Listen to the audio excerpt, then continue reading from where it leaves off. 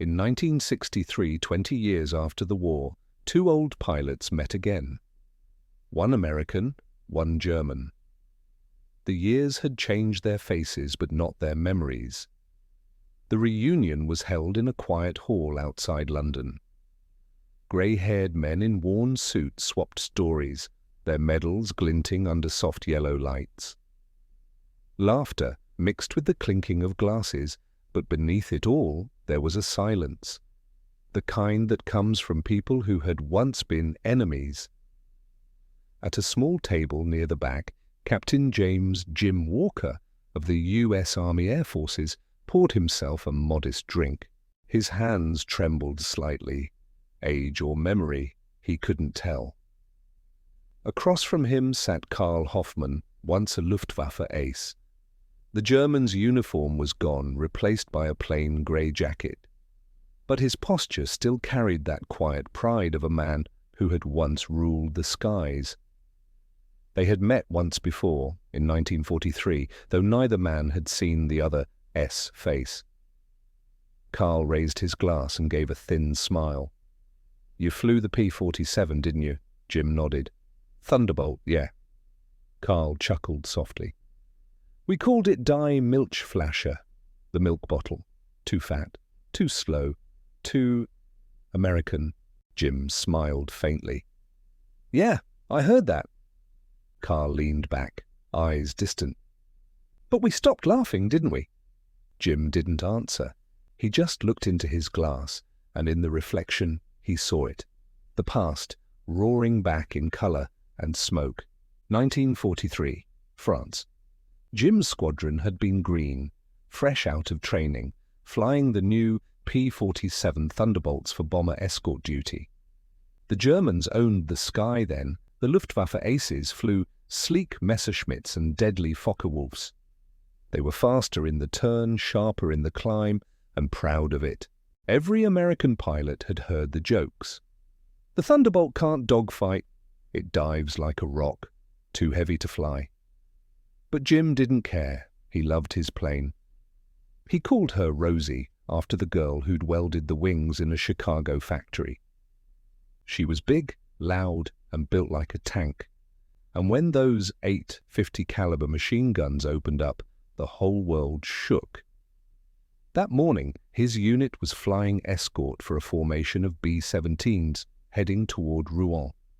The clouds were thin, sunlight flickering across their silver wings. The radio crackled.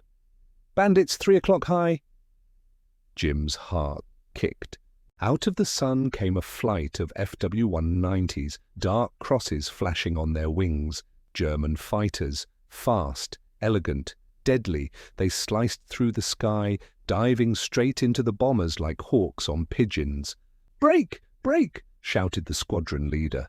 Jim dove. The Thunderbolt screamed as it picked up speed. He fired, long bursts that tore through the air, tracers blazing like fireflies.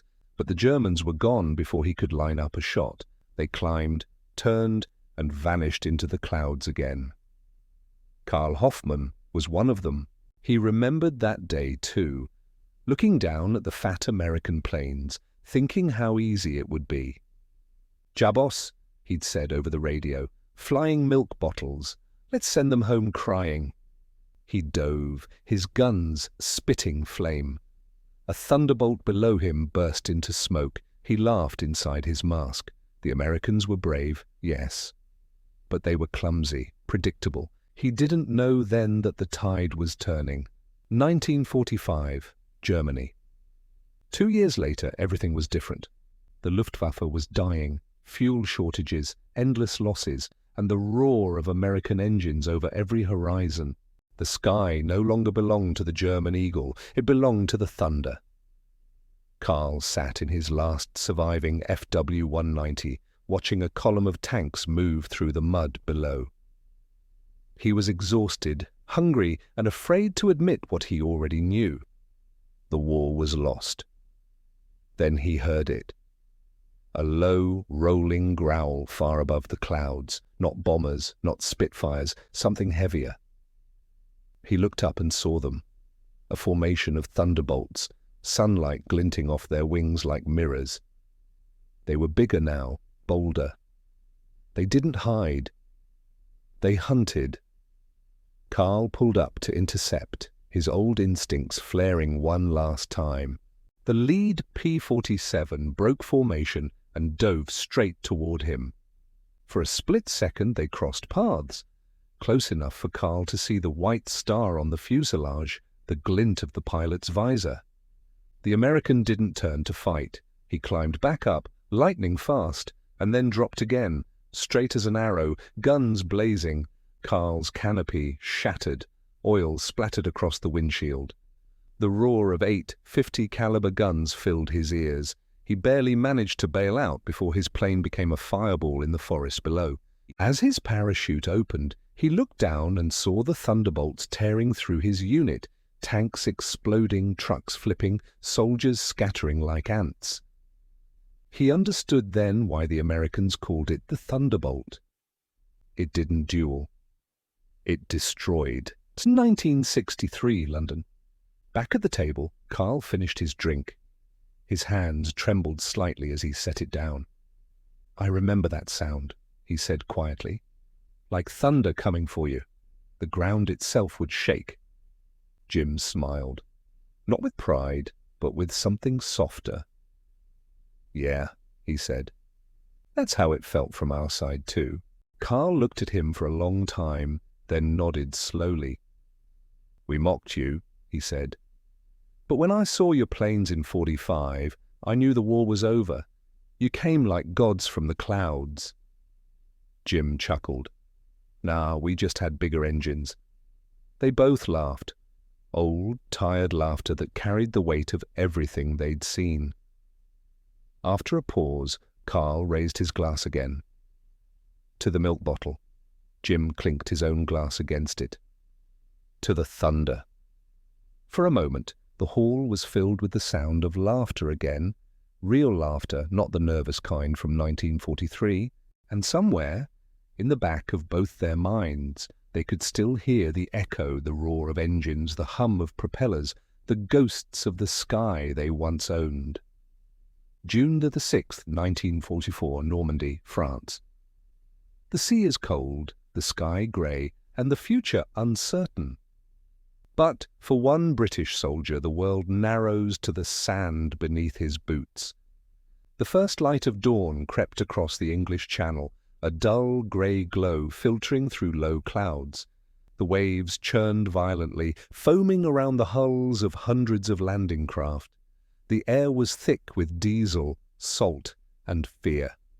In one of those boats, Private Thomas, Tom, Ellison of the British 50th Infantry Division, gripped his rifle so tightly his knuckles turned white. He was 21, a farmer's son from Devon. He'd never been more than a few miles from home before the war. Now he was going to France, not as a visitor, but as an invader. All around him, men sat silent. Some prayed, some vomited, some stared blankly into the grey horizon, where the coastline waited like a sleeping giant. A sergeant shouted over the engine noise, "Remember your training! Keep moving! Don't stop for anyone!" Tom nodded, but his mind was blank. He could hear his own heartbeat louder than the sea. The boat slammed into a wave, water spraying over the side. Someone muttered, "God help us." Then came the sound, distant thunder. The big guns of the battleships opened up, their shells screaming overhead toward the French coast. The horizon flashed with orange fire. 2 minutes, the coxswain yelled. Tom could see it now. The cliffs, the beach, the smoke rising. Normandy, machine guns flickered from the shoreline, stitching lines of death across the water. Bullets punched into the sea, sending up tall sprays. The ramp clanged down. "Go! Go! Go!" Men surged forward and were cut down instantly. Tom froze for half a heartbeat, then jumped into the cold water. It came up to his chest, dragging him down with the weight of his gear. He struggled toward the beach, each step a battle. Around him, chaos, bodies floating, shouts, explosions, the smell of cordite and blood. He stumbled onto the sand and dropped behind a half-buried steel obstacle. A bullet hit the metal, sparks flying inches from his face. He pressed himself into the sand, breathing hard. The sound was deafening.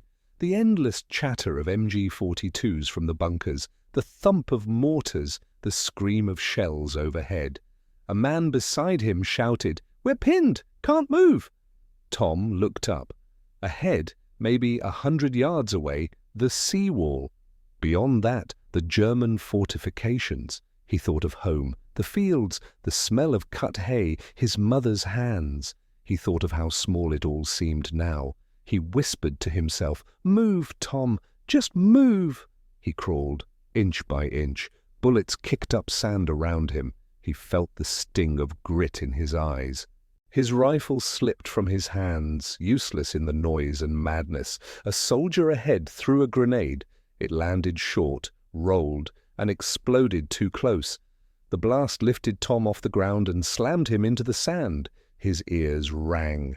The world became muffled, distant. He blinked, dazed, and saw shapes moving through the smoke. British engineers clearing obstacles, medics dragging men to cover, and farther ahead, a man waving them forward. The sergeant again, still alive, still shouting, "Get up, lads! Up and over!" Tom pushed himself up, legs shaking. He ran. He didn't think. He reached the seawall, pressed himself against it, panting. More men joined him, faces blackened with soot and fear. The sergeant grinned, madness in his eyes. "We're in France, boys." Tom managed a weak smile. France. They had made it, at least this far. Then came a sound that made every head turn. A roar. Deep, powerful, familiar to anyone who'd seen the skies above England. P-47. Thunderbolts and typhoons swept overhead, screaming down in deadly dives. Rockets streaked toward the cliffs, explosions tearing apart German bunkers. The air trembled with power. Tom looked up through the smoke and saw one of the planes. The same kind that had haunted German tank crews in Normandy. He could see the pilot's canopy flash in the sunlight.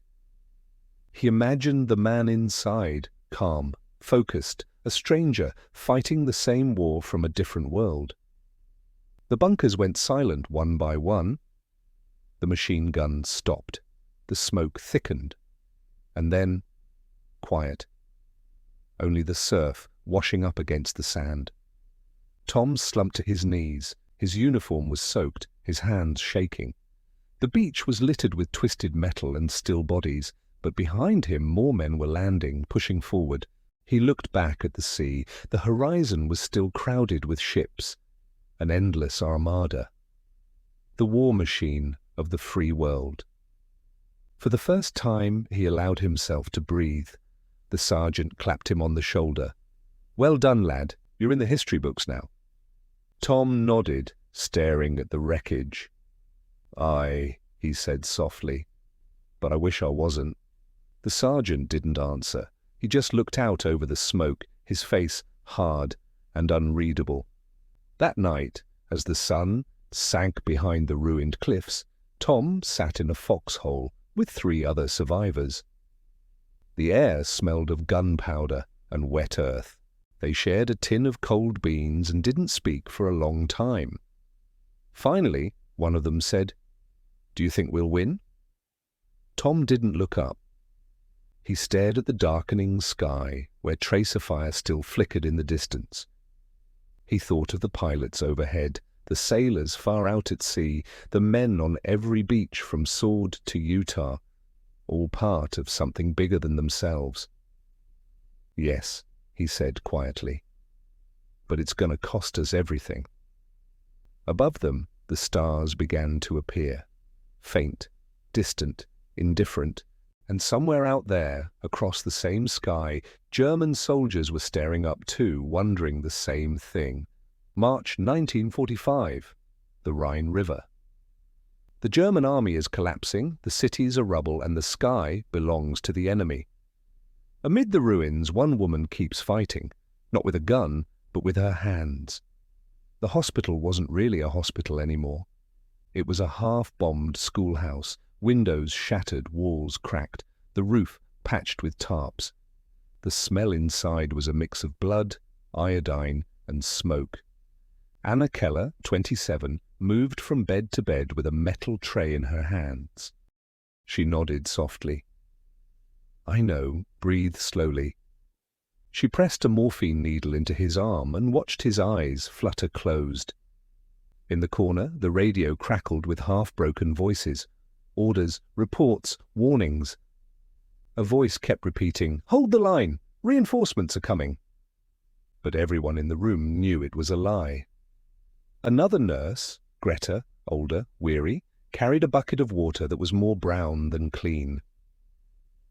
"They say the Americans are 2 towns away," she said quietly. Anna didn't answer. She kept working, wrapping a bandage around a man's arm. Outside, thunder rolled. But it wasn't thunder. It was artillery. The ground trembled. Dust fell from the ceiling. Somewhere nearby, a window shattered. The doctor shouted from another room, "Move the wounded downstairs, now!" Anna and Greta each grabbed a stretcher. The wounded groaned as they lifted them. They'd done this so many times it was like muscle memory. Flinch at the sound, move before thinking. In the hallway, a boy in Luftwaffe uniform sat slumped against the wall, holding his side. His flight jacket was burned through. Anna knelt beside him. "What happened?" His voice was barely a whisper. "They came out of the sun, P-47s, rockets, everything burned." She looked at him, his face streaked with soot, eyes glassy with shock. He was barely older than the one she'd just treated. She helped him drink from her canteen. "Rest," she said. "You're safe now." But even as she said it, she knew it wasn't true. That night, the sky glowed red outside the windows. The Americans were shelling the town across the river. Every explosion rattled the floor. Anna sat by candlelight, stitching a wound in silence. Greta hummed softly, an old song about springtime. For a moment, the world outside faded. There were no sides, no uniforms, just people trying not to die. Then the hum of engines filled the air again, low, fast, growing louder. "Air raid!" someone shouted. The nurses dove under the tables. The candle went out.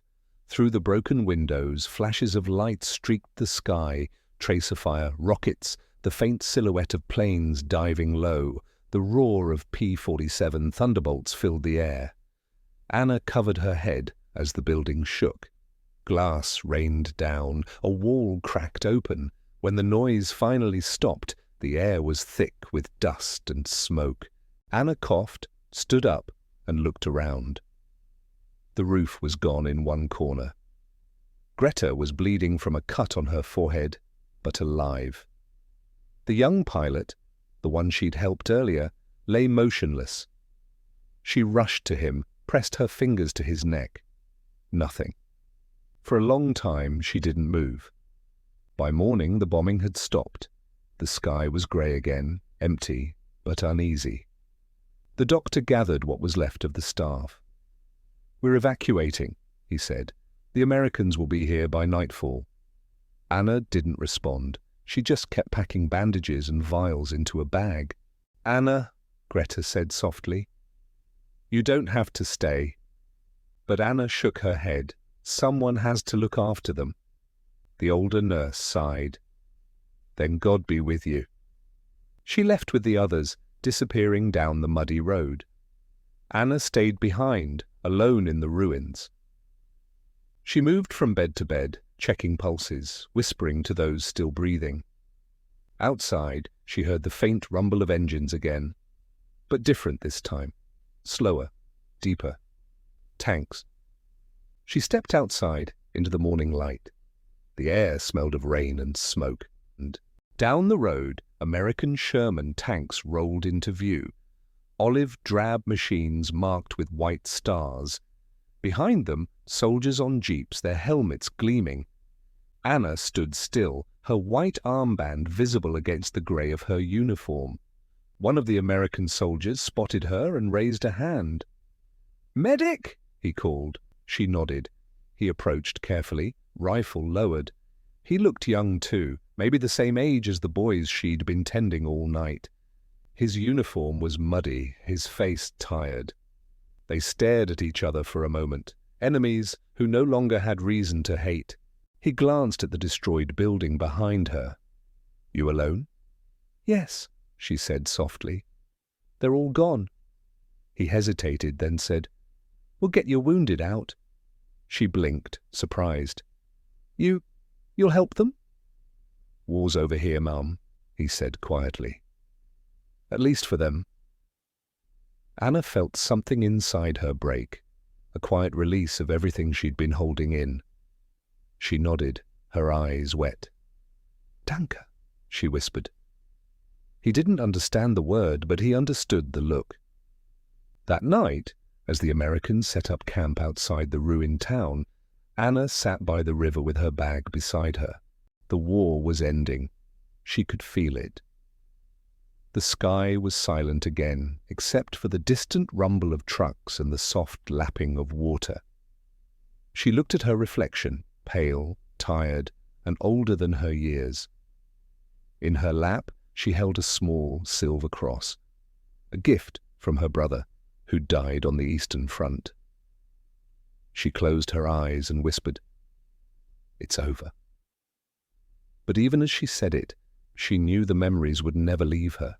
The wounded faces, the endless roar from the sky, the smell of burning steel. She had survived, but she had also seen too much to ever feel peace again. Still, for the first time in years, she allowed herself to believe that maybe, just maybe, the world could heal. January 1945, Eastern Poland. The snow is deep, the rivers are frozen, and the Red Army is moving west like a tidal wave. For one young Soviet soldier, victory no longer feels like triumph. It feels like survival. The cold was a living thing. It crept through boots, through gloves, through the thick, padded jacket that once felt like armor, but now felt like paper. The snow never stopped, falling soft and silent, covering the dead, the wrecks and the scars of a 1,000-mile war. Private Mikhail Petrov, 22 years old, trudged along the frozen road with his rifle slung over his shoulder. His breath came out in clouds. His eyelashes were white with frost. All around him the Red Army moved, a great shuffling tide of men and machines. Trucks groaned under the weight of fuel barrels. T-34 tanks clattered and growled, their tracks grinding over the ice. Horses stumbled beside them, pulling wagons full of the wounded. They were heading west, toward the Vistula, toward Berlin, toward the end. Mikhail didn't believe in ends anymore. He'd been fighting since Stalingrad. Every time they said, "This is the last push," more names vanished. More faces disappeared into the snow. His best friend, Yuri, walked beside him, his fur hat pulled low. His nose was red, his eyes half closed from exhaustion. "Think the war ends soon?" Yuri asked, his voice barely audible over the wind. Mikhail shrugged. "It ends when they tell us it ends." Yuri gave a bitter laugh. "Maybe then they'll let us go home." "Home?" Mikhail said softly. "If it's still there." The column halted. An officer shouted something up ahead. Orders lost in the wind. Mikhail leaned on his rifle, breathing hard. In the distance, artillery thundered. The ground trembled faintly. Another town, another fight. By the time they reached the outskirts, night had fallen. The sky was a dull orange from distant fires. The smell of burning oil and wood filled the air. They crept through what had once been a village, now just blackened shells of houses and half-buried corpses. Dogs barked somewhere in the dark. Mikhail's unit took cover behind a stone wall. The commander raised a hand. "German line, 200 meters. Wait for the signal." They waited, rifles ready, hearts heavy. When the signal came, it wasn't a flare. It was the sudden roar of Katyusha rockets streaking overhead, screaming like banshees before slamming into the snow-covered fields ahead. The earth erupted in fire. "Forward!" someone shouted. They charged. The snow churned under their boots. Mikhail fired at flashes in the dark, the recoil jolting his shoulder. He couldn't see the enemy, only the muzzle flashes, the falling tracers, the shadows moving between broken walls. Machine guns rattled. Someone screamed. Mikhail dropped behind a cart, gasping for breath. Bullets tore through the wood above him. He peeked over the edge and saw a German machine gunner crouched behind sandbags. He raised his rifle, aimed, and fired. The man jerked backward, gone. The sound of battle filled everything. Rifles, shouts, explosions, the low rumble of tanks closing in. And then, as quickly as it began, it was over. The Germans had fallen back. The Soviets had taken the town, what was left of it. Mikhail sank against a wall, his body trembling, his fingers numb. Around him, men gathered in silence, lighting cigarettes with shaking hands. Yuri stumbled over, his face streaked with soot. "You alive?" "Mostly," Mikhail said, forcing a smile. They sat together on a fallen beam. Snow began to fall again, soft and clean, covering the fresh scars of the fight. The next morning, the order came down, "Keep moving west." The officers said Berlin was close, the war's end was near. But as Mikhail marched, he couldn't stop thinking about what they'd left behind. The burned towns, the civilians huddled in cellars, the endless graves under the snow. He'd seen too much to call any of it glory. That night, as they camped in the ruins of a farmhouse, Mikhail sat by a small fire, turning a silver locket in his hands. Inside was a picture of his sister Katya, taken before the war. He hadn't heard from her in 3 years. For all he knew, she was gone, another ghost among millions.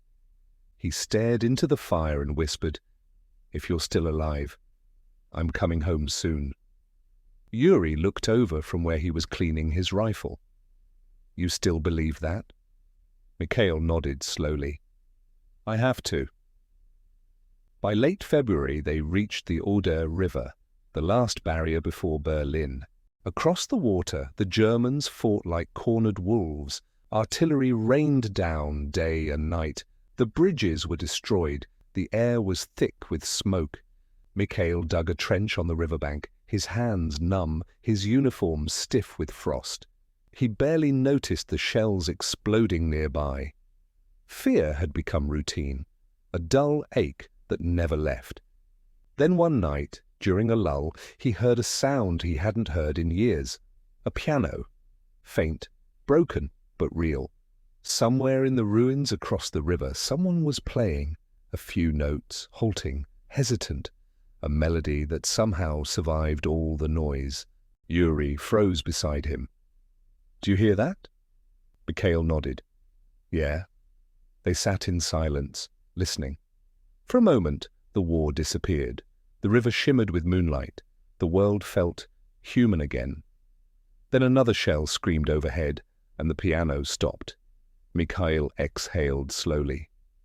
"Even music can't survive this." Yuri shook his head. "No, but maybe people can." When Berlin finally fell weeks later, Mikhail didn't cheer. He just stood among the ruins, staring at the smoke rising over the city. People were celebrating, shouting, firing their rifles into the air. But to him, it felt like the silence after a funeral. He thought of the long road from Stalingrad, of Yuri, who'd fallen just days before the end, of his sister, whose face he only remembered in a photograph. He looked up at the sky, grey and heavy, and whispered, "It's over." But even as he said it, he knew the truth. For men like him, the war would never truly end. August 1945, Japan. The empire is crumbling, the skies burn with fire, and every whisper of wind carries the sound of approaching engines. For one young pilot, the war has become a question not of victory, but of meaning. The airfield was silent, except for the cry of cicadas. Lieutenant Hiroshi Tanaka, 20 years old, sat beside his plane, a small silver Mitsubishi Zero with a rising sun painted on the tail. The once proud symbol of the empire now looked faded, chipped by wind and time. He ran his hand along the fuselage, feeling the warmth of the metal beneath the morning sun. Around him, the other planes stood in neat rows, their canopies open, their pilots quiet. There were no cheers anymore, no songs, no speeches about glory, only the soft shuffle of feet and the low hum of engines being tested one last time. Inside the operations tent, the commander spoke in a tired voice. "This is an honorable mission. You will strike the enemy fleet near Okinawa. You will not return." No one looked surprised. Hiroshi bowed his head. He had known this was coming. Everyone had. For months, the Americans had bombed the cities into ashes. Tokyo, Osaka, Nagoya. Every night, the sky turned red. Every morning, fewer people were left to see the smoke. The Emperor's voice on the radio had once promised victory. Now it promised sacrifice. And so Hiroshi sat beside his plane, holding a letter he had written but never sent. It was addressed to his mother. He read it quietly for the 100th time. "Dear Mother, I am not afraid. I do this for Japan, for you, for Father. Please forgive me for leaving you alone. I hope that when you look at the morning sky, you think of me not as gone, but as flying still." He folded the letter carefully and tucked it into his flight jacket. A mechanic approached, saluting. "Your aircraft is ready, Tanaka-san." Hiroshi nodded. "Thank you." The man hesitated. "Do you need anything before you go?" Hiroshi thought for a moment, then smiled faintly. "A cigarette?" The mechanic handed him one. They stood together in silence, watching the smoke curl upward into the clear blue sky. "Do you think it matters?" the mechanic asked suddenly. "What?" "All this, the planes, the missions." Hiroshi looked at him. A boy no older than himself. He didn't answer right away. Finally, he said softly, "I don't know anymore, but we were taught to fly, and so we fly." The mechanic nodded, eyes downcast. "Good luck, Tanaka-san." Hours later, the squadron assembled. 10 Zeros lined up on the runway, engines rumbling, propellers spinning. The sound was steady, powerful, but beneath it was something hollow, like a drum with a crack. Hiroshi climbed into the cockpit. The leather seat was worn, the glass canopy scratched from years of sun. He strapped himself in, hands trembling slightly. He could feel his heart beating, slow, steady, heavier than ever before. The radio crackled. For the Emperor, for Japan. He pushed the throttle forward. The Zero roared down the runway, wheels lifting into the air. The earth fell away beneath him, and for a moment everything was weightless. The world stretched out below, green fields, grey ruins, smoke rising from distant cities. The air was clear, sharp. The sea glimmered like glass. He flew in formation with the others, their wings glinting in the sunlight. And for a fleeting second it was beautiful. He remembered his childhood, the fields outside Kyoto, chasing dragonflies with his brother. The day his father took him to see a biplane for the first time, the feeling of wonder, of freedom. Now he was flying toward death. Hours passed. The ocean appeared below, vast and endless. Ahead, the dark shapes of American ships cut through the water like shadows. Smoke rose from their guns, the sky filled with black puffs, anti-aircraft fire blooming like poisonous flowers. The radio crackled again. "This is it. May our spirits rise like fire." One by one the planes dove, the roar of engines, the scream of wind, the world spinning faster, smaller.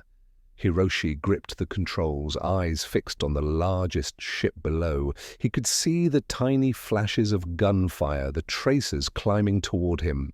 He whispered under his breath, "For Mother, for home."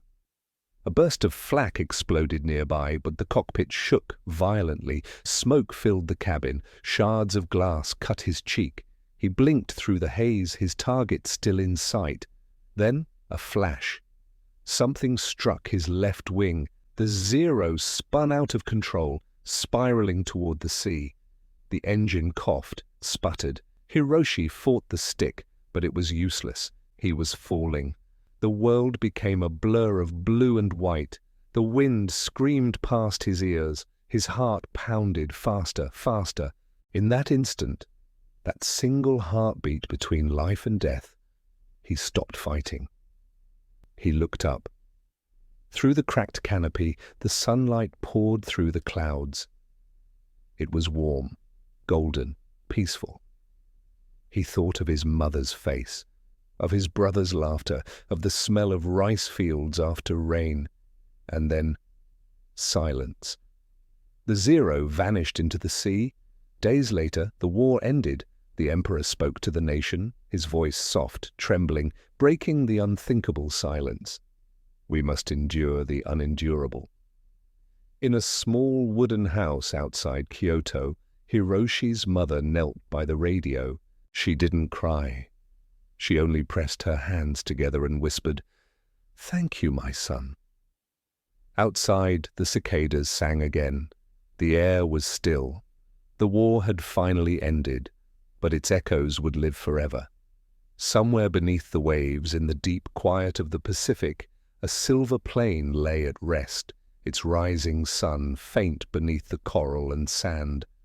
And when the morning light touched the ocean for a brief moment, it looked as if the sun itself were bowing to the memory of all who had flown and fallen on every side of the war.